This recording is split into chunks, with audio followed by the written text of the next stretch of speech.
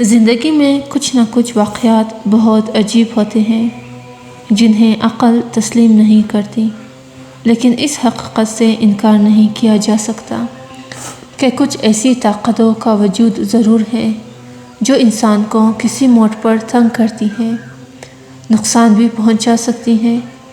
میرے ساتھ بھی ایک ایسا واقعہ پیش آیا جسے میں آج تک سمجھنے سے قاصر ہوں۔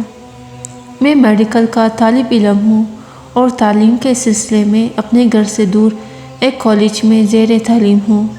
مجھے داخلہ لیے کچھ ہی دن ہوئے تھے کہ گھر سے تار موصول ہوا کہ فلاں رشتہ دار کے ہاں شادی ہے، تمہارا جانا ضروری ہے۔ چنانچہ ہاسٹل سے جلد از جلد اس شہر پہنچا۔ میں نے بڑی مشکل سے چھٹی کی درخواست منظور کرائی اور سامان باندھ کر ریلوے اسٹیشن جا پڑا۔ جب میں اسٹیشن پہنچا تو کافی رات ہو چکی تھی۔ وہاں ایک عجیب سا سناٹا پھیلا ہوا تھا۔ بکنگ آفس تک گیا لیکن وہاں بھی کوئی موجود نہیں تھا۔ میں نے سوچا کہ کچھ دیر رک کر انتظار کر لیتا ہوں، کیا پتہ بکنگ کلرک کسی کام سے اپنی سیٹ سے اٹھا ہو۔ 2 منٹ، 10 منٹ، 20 منٹ گزر گئے لیکن بکنگ کلرک کا کہیں پتہ نہیں تھا۔ حیرانگی کی بات یہ تھی کہ اس وقت یہاں اسٹیشن پر کوئی نظر نہیں آ رہا تھا۔ بہرحال میں انتظار کرنے لگا۔ پھر اچانک ریل کی پٹریوں پر کچھ تحریک سی ہوئی اور پھر دور سے ایک ٹرین پلیٹ فارم کی طرف آتی ہوئی نظر آئی۔ دل میں اچانک خیال آیا کہ اس چھوٹے سے اسٹیشن پر ٹرین کتنی دیر رکتی ہوگی۔ یہ کیوں نہ کروں کہ ٹرین میں چڑھ جاتا ہوں، ٹکٹ راستے میں بنوا لوں گا۔ یہ خیال آتے ہی میں جلدی سے ایک ڈبے میں چڑھ گیا۔ میرے سامان میں میرا ایک بیگ تھا جس میں میرے چند جوڑے کپڑے تھے۔ یہ بیگ میرے کندھے سے لٹکا ہوا تھا۔ بہرحال میں ڈبے کے اندر پہنچ گیا۔ ڈبے کے نیم تاریک ماحول میں مجھے ایک مرد، ایک عورت اور ایک بچہ نظر آئے تھے۔ مجھے دیکھ کر مرد نے برا سا منہ بنایا تھا، جبکہ عورت جو سویٹر بننے میں مصروف تھی ہاتھ روک کر مجھے دلچسپی سے دیکھنے لگی تھی۔ میں نے مرد سے مخاطب ہوتے ہوئے کہا، اگر آپ کی اجازت ہو تو۔ مرد نے بڑی ناگواری سے سر ہلا دیا، جس سے صاف ظاہر ہوتا تھا کہ میں ان کے درمیان بے وقت داخل ہوا ہوں اور بادل نخواستہ مجھے یہاں بیٹھنے کی اجازت دی گئی ہے۔ مرد نے ایک اخبار نکال کر منہ کے سامنے کر لیا اور اسے پڑھنے کی ناکام کوشش کرنے لگا، جبکہ عورت دوبارہ اپنے کام میں مصروف ہو گئی۔ ابھی مجھے بیٹھے ہوئے 2 منٹ ہی گزر رہے ہوں گے کہ ٹرین اچانک چل پڑی اور مجھے شدید جھٹکا لگا۔ ٹرین ایک دم ہی پوری اسپیڈ کے ساتھ دوڑنے لگی تھی۔ عام حالات میں اتنی اچانک، اتنی تیز رفتاری سے ٹرین کا چلنا ایک حیران کن بات ہی ہے۔ میں شدید حیرانگی کے عالم میں ادھر ادھر دیکھ رہا تھا، جبکہ مرد، عورت اور بچہ بالکل اطمینان سے بیٹھے ہوئے تھے۔ ان کے ہاتھوں میں پکڑی ہوئی چیزیں بھی اپنی جگہ ساکن تھیں۔ بہرحال میں بھی اپنی جگہ خاموشی سے بیٹھا رہا۔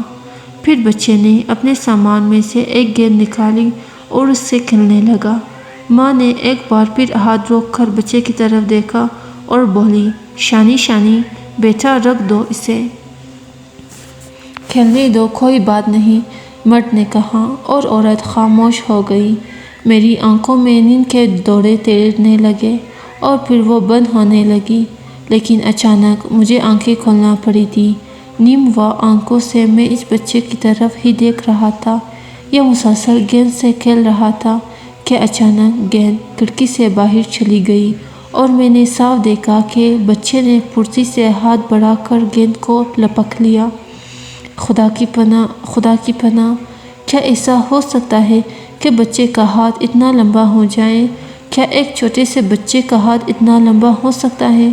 میری تو گونگی سی بند ہو گئی تھی اور میں اب پوری آنکھیں کھول کر بیٹھا ہوا تھا۔ پھر اس کے بعد جو ہوا وہ میرے ہوش اڑا دینے کے لیے کافی تھا۔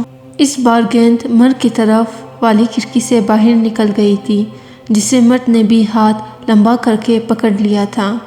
مارے خوف کے میری آواز نہیں نکل پا رہی تھی۔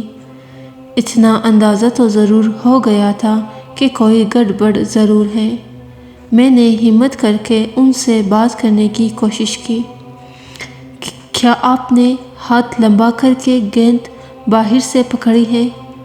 تینوں نے بیک وقت ایک دوسرے کو دیکھا تھا اور پھر مرد نے بھاری آواز سے کہا، ہاں میں نے اس طرح پکڑی تھی یہ گیند۔ مرد کا ہاتھ انتہائی حد تک لمبا ہو گیا تھا اور میری چیخیں نکلنے لگی تھی۔ پھر ایک اور عجیب منظر رونما ہوا۔ اچانک ہی چلتی ہوئی ٹرین کا یہ ڈبہ باسکٹ بال کا میدان بن گیا تھا۔ گیند کا حجم باسکٹ بال کی گیند کے برابر ہو گیا تھا۔ ڈبے میں ایک جانب باسکٹ نمودار ہوا اور اب مرد، عورت اور بچہ اپنی اپنی جگہوں سے کھڑے ہو گئے تھے، اور پھر انہوں نے باسکٹ بال کے کھلاڑیوں کی طرح پوز بنایا اور پھر ایک عجیب و غریب کھیل کا آغاز ہو گیا۔ وہ تینوں ڈبے میں باسکٹ بال کھیل رہے تھے، وہ میرے اندر سے آر پار گزر رہے تھے۔ ان کا وجود دھوئے کے علاوہ اور کچھ نہیں تھا۔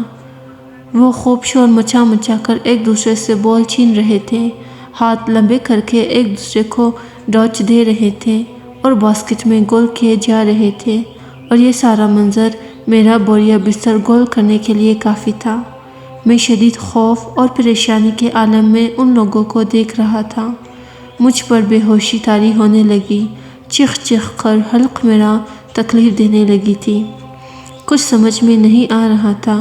عقل اس بات کو تسلیم کرنے سے قاصر تھی کہ اچانک ایک ٹرین کا ڈبہ باسکٹ بال کا میدان کیسے بن گیا۔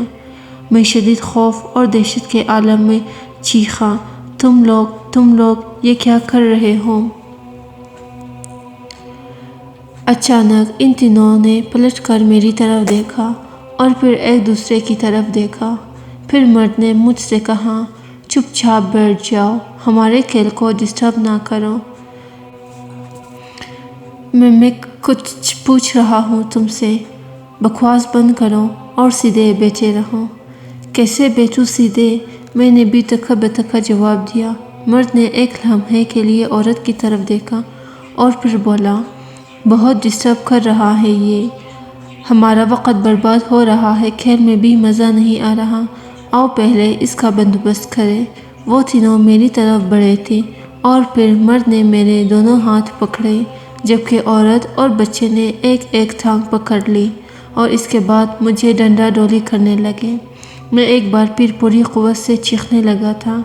ڈنڈا ڈولی کر کے انہوں نے مجھے ایک جانب اچھال دیا تھا، بڑی زور سے گرا تھا، ہاتھ اور پیروں میں گھسٹ لگی تھی، اندازہ ہوتا تھا کہ کسی بہت زیادہ کھردری یا پتلی زمین پر نہیں گرا۔ آنکھیں مضبوطی سے بھیجی ہوئی تھی۔ پھر 3 منٹ بعد اسی طرح پڑا رہا۔ اس کے بعد آنکھیں کھولی تو ایک بار پھر مجھ پر حیرانی کا دورہ پڑا تھا۔ میرا وجود پلیٹ فارم کی زمین پر پڑا ہوا تھا اور سامنے ہلکی سی روشنی میں ایسی ریلوے اسٹیشن کی تختی نظر آ رہی تھی جہاں سے میں نے سفر کا آغاز کیا تھا۔ ہاتھوں اور پیروں پر گھسٹ لگی تھی، چہرہ وغیرہ بچ گیا تھا۔ میں اپنی جگہ سے اٹھا، کپڑے جھاڑے، حلیہ درست کیا اور پھر پلیٹ فارم کے اندرونی حصے کی طرف بڑھ گیا۔ وہی رات کا وقت تھا اور ماحول پر وہی خاموشی طاری تھی۔ اندر پہنچ کر بلنگ آفس کے سامنے سے گزرا کہ بلنگ کلرک نظر آیا۔ میں بے اختیار اس طرف لپکا۔ میں نے بکنگ کلرک کو مخاطب کرتے ہوئے کہا، بھائی مجھے ٹرینوں کا شیڈول پتہ چل سکتا ہے؟ آپ نے کوئی بورڈ وغیرہ بھی نہیں لگایا ہوا، جبکہ ہر اسٹیشن پر شیڈول بورڈ ہونا چاہیے۔ بکنگ کلرک نے حیرانی سے مجھے اوپر سے نیچے تک دیکھا، پھر بولا، جناب بس آپ جیسے کچھ لوگوں کی مہربانی ہے، لیکن آپ اس وقت؟ جی مجھے ابھی یہاں سے نکلنا ہے، پلیز مجھے شیڈول بتائیے۔ بکنگ کلرک نے مجھے ٹرینوں کا شیڈول بتاتے ہوئے کہا، جناب شیڈول کے مطابق رات کو اس وقت اس اسٹیشن میں سے کوئی ٹرین نہیں گزرتی۔ جی؟ میں نے حیرانی سے کہا، جی ہاں، آپ صبح 11 بجے سے پہلے یہاں سے روانہ نہیں ہو سکتے۔ کیا مطلب ہے آپ کا؟ بھائی میں صحیح کہہ رہا ہوں، رات کی کوئی ٹرین نہیں ہے۔